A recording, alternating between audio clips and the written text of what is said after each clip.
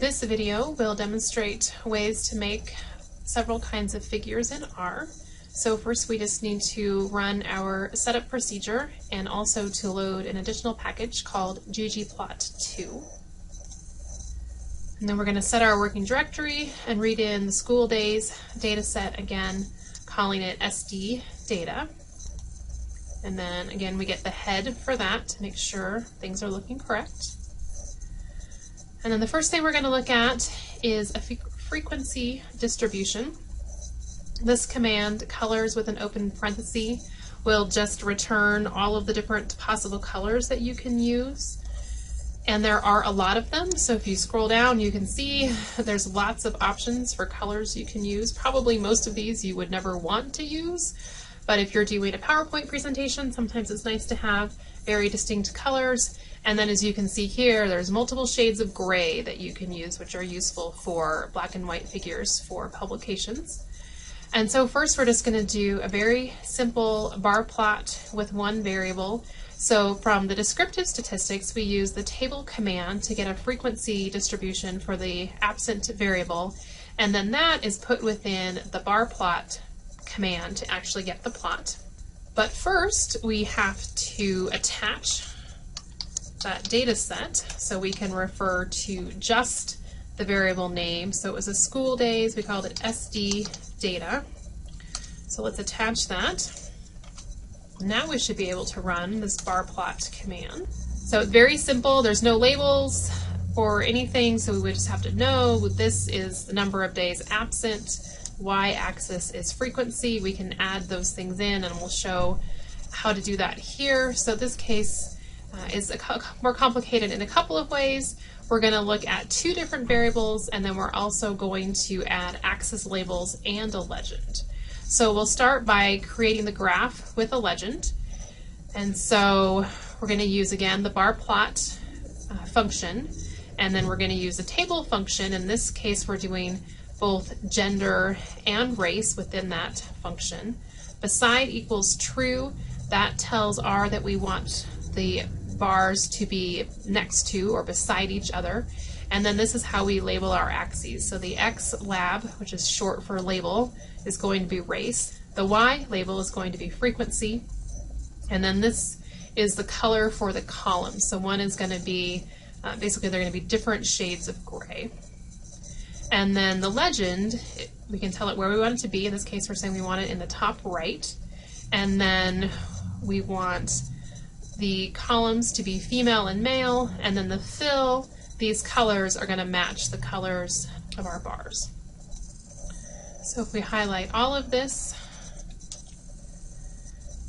so here's what we get. So notice we have labels now, so race and frequency, just like we asked for, and then we have a lighter bar and a darker bar, where the lighter bars are corresponding to female, which was the first label we put in the legend box, and then male for the second one. So you have to know which order these are coming in to make sure you tell R correctly the order.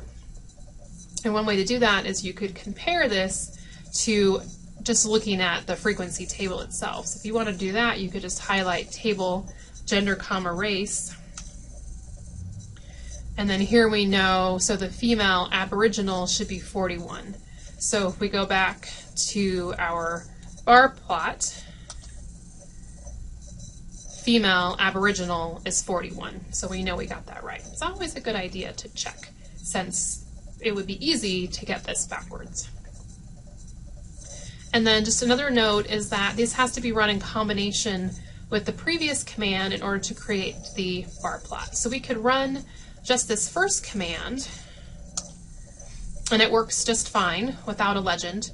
But then if we try to just add the legend, so we only want to run this piece of it, we get an error. So in order for the legend to work, you have to have it as part of the previous bar plot command.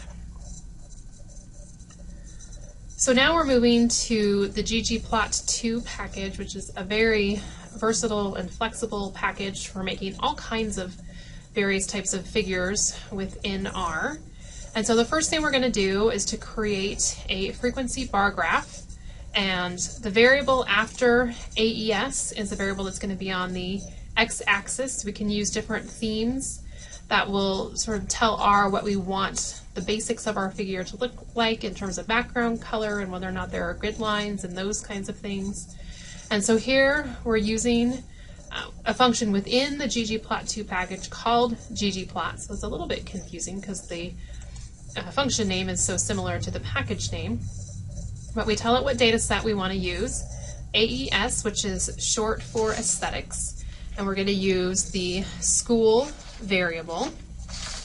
And then geom is short for like a geometric figure, so in this case the geom we're using is a bar, and our theme BW, which is short for black and white.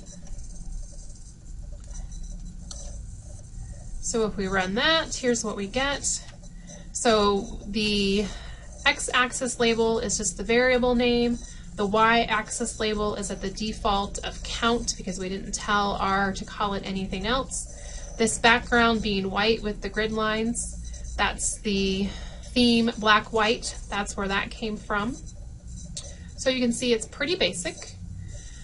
We can also do paneling by rows or columns. So we'll do rows first, and you have to use this tilde and a period after the paneling variable name. So we're still using ggplot, we're still using the SD dataset, the school variable. We still want a bar for our geometric figure, and now we're going to add this facet underscore grid, and then we're going to do it by using the variable race, so we'll have different figures for different levels of race. And it's going to be in the rows because we have the tilde and the period after the variable.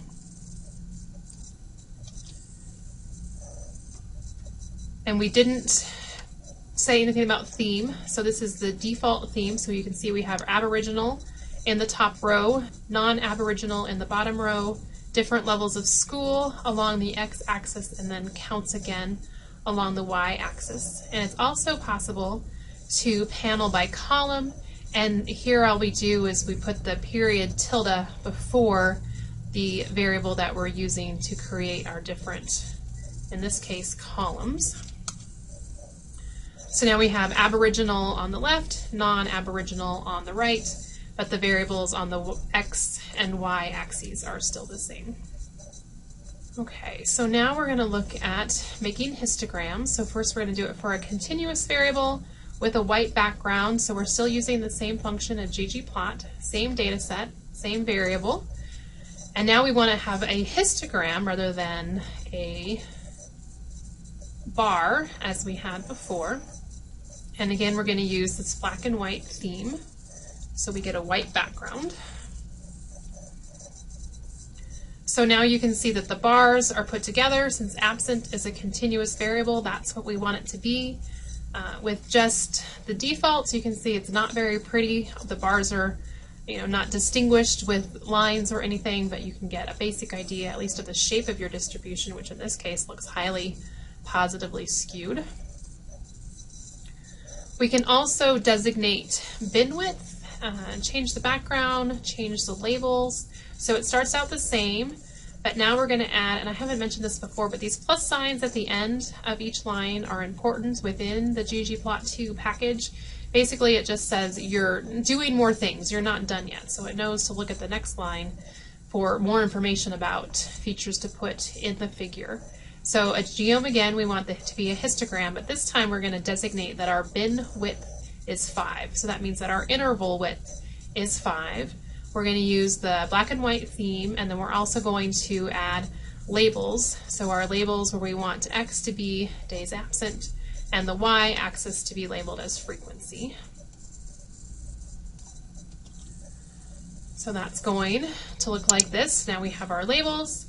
Our bin widths have changed. It's a little hard to tell since we don't have lines in between them yet, and we have a gray, instead of a gray background, we now have the white background. And then sometimes it's useful to put a normal curve on your figure if you want to see how close you are to normality. So same function, same data set, same variable. We're also looking at a histogram again, but now we're adding an extra aesthetic of density, where the color is going to be black, the color of the line will be black, the fill will be gray. We still want bin width of 5. So now we're going to have lines around our bars from this. And then we're going to use labels of days absent, and this time we're going to use density instead of frequency. We're going to use a classic theme, so we'll have a white background, but we won't have the grid bars. And now we're going to add a statistical function of the D norm, and that's going to consist of the mean for absence and the standard deviation for absence, because we need those in order to figure out what that normal distribution line is going to look like. The line is going to be black, and the size of the line is going to just be 1. So you can change the color and you can change how heavy that line is. So if you look here, this is the normal distribution line, so it's cut off. It doesn't have the distribution. You can't go below 0, and you can really see that there's not as many people here as we would expect, and like we said before, we definitely have some positive skew going on. Okay, so that's different kinds of histograms. We can also do box plots with the GGplot function. And this time we're going to look at 2 variables, both race and absent. And this time our geom is going to be a box plot. And again, we're going to label our axes. X is going to be race, Y is going to be days absent in this case. Okay, so here's our box plot. So we have separate ones for different races, Aboriginal and non-Aboriginal, and that's because we included that race variable in our variable list. And then we have days absent on the y-axis. And so you can see your box plots. You can see in both cases we have a couple of outliers to possibly be concerned about. All right, and now we're going to look at ways to make error bar plots, which is essentially a histogram or a bar plot with error bars. So same function, same data set. Now we're going to look at 2 variables, both school and absent. We're going to use the classic theme, and then to get the error bar, so first we're going to give a statistical summary. So we want that to be the mean. We want the geometric figure to be a bar, and then the fill to be gray, 60% gray. Color, this is the color of the line, we want that to be black. And then we're also going to add another summary of a function of the data that's the mean CL normal, so the mean confidence limits, which are going to be normal. And then the geometric figure here is going to be an error bar, where we want that error bar to be within the bar for the mean height, and also what we want the size of that to be, and then adding labels again. Right, so we've got school year along the x-axis. That was the first variable we put in our aesthetic list, and then absent is the second variable. Our classic theme, so white background with no grid lines. And then we have the bars are at the means. That was from this part of the function. And then we have our confidence limits here. And so width tells us that this part of the error bar is 20% of the width of the bar. So we can make that bigger or smaller. All right, if we wanted it to be twice the size that it is, maybe we're really emphasizing the error bars here. Maybe we want to make those thicker. Just see if we make those few adjustments what that looks like. Right, so now the error bars really stand out. And then the last thing we're going to look at is an error bar plot for 2 variables. So now we still have school and absent, but now we're going to add a fill equals gender.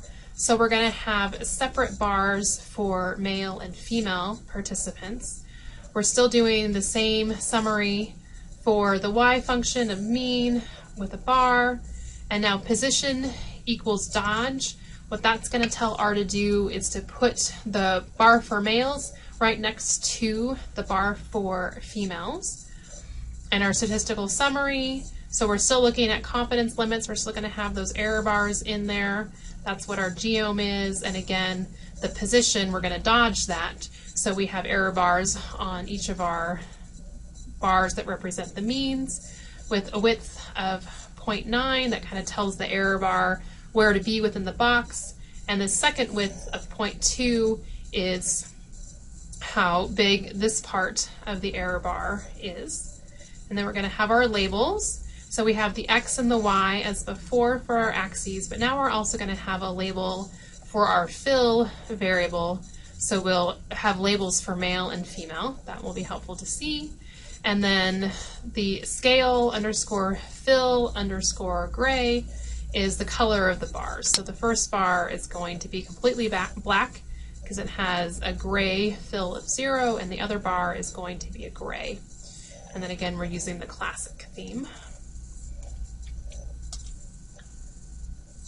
So that is what this one looks like. Again, you can see the first variable is on the x-axis, the second variable is on the y-axis, the fill variable, that's what the bars are made out of.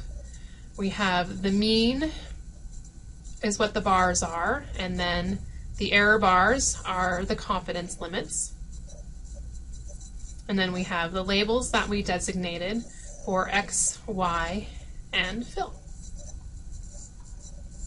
And then in order to use our figures in some other program, we can right-click and we get several options. We can open the image and just get it in a separate window where we could print it. We can, with another right-click, save the image, or we can copy it. So if we copy it, we can do that and then just paste it into a Word document.